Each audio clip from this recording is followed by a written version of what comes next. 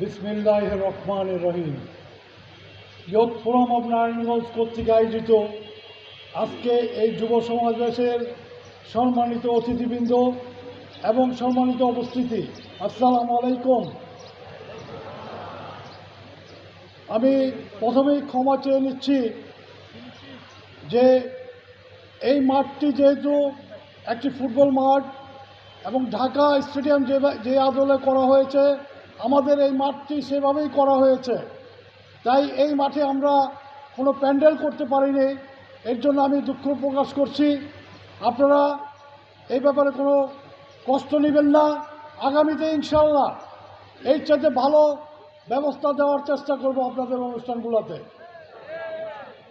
আমাদের মহসিন ক্লাবের সম্মানিত সভাপতি রিয়াজউদ্দিন আল মামুন এই মাঠটি করে দিয়েছেন এবং পশ্চিমে একটি ক্লাব দেখছেন মহসিন ক্লাব, ঐতিহ্যবাহী মহসিন ক্লাব, এই ক্লাবটি করে দিয়েছেন এবং আজকের এই মাঠের অনুমতি রিয়াজউদ্দিন আল মামুন সাহেব, আমাদের শামসুজ্জামান বাসিরি ভাই, জসিমউদ্দিন, তারা সহযোগিতা করেছেন।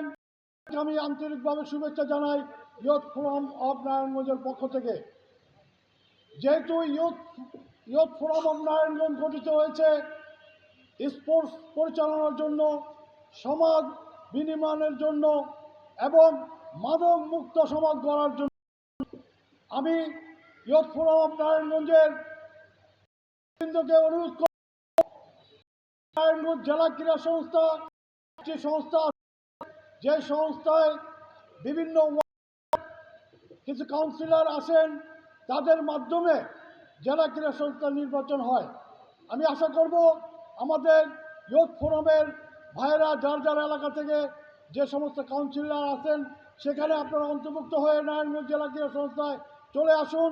বৃহৎ আকারে ক্রীড়ার সহযোগিতা করার একটা সুযোগ পাবেন এবং এই ক্রীড়ার মাধ্যমে আমাদের ইয়ুথ ফোরামের ভাইয়েরা যেন বাংলাদেশ ফুটবল ফেডারেশনের নির্বাচনেও অংশগ্রহণ করতে পারেন নিজস্ব যোগ্যতার মাধ্যমে, সেই আশা আমি ব্যক্ত করছি। যেহেতু আমি সাবেক খেলোয়াড়, ভারতের ইস্ট কলকাতা ক্লাবের আমি ভাইস প্রেসিডেন্ট এবং ভারতের বাগনান এবং হাওড়া ব্যাটেন্স ক্লাবের লাইফ মেম্বার, সেখান থেকে অনেক টুর্নামেন্টের আমন্ত্রণ আমরা পাই এবং নারায়ণগঞ্জের ফ্রেন্ডস ব্যাটেন্স ক্লাবকে নিয়ে আমি বিভিন্ন সময় ভারত সফর করি। আমি আশা করব আগামীতে কোনো টোর আসলে আমি ইয়ুথ ফোরামকে আমন্ত্রণ জানাবো, যেন ইয়ুথ ফোরামকে নিয়ে আমি ভারতের মাটিতে বিভিন্ন টুর্নামেন্টের মাধ্যমে আমাদের এই ইয়ুথ ফোরামকে আন্তর্জাতিক পরিবেশে আমি সম্পৃক্ত করতে পারি। এই দোয়া আপনারা করবেন এবং আমাদের এই মহসিন ক্লাবের নেতৃবৃন্দের জন্য দোয়া করবেন, যেন আমরা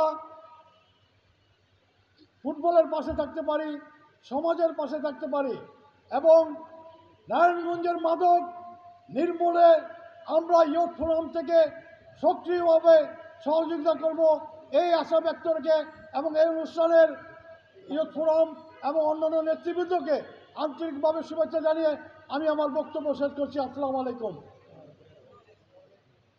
ধন্যবাদ জনাব জাহাঙ্গীর কবির খোকন ভাইকে তার মূল্যবান বক্তব্য।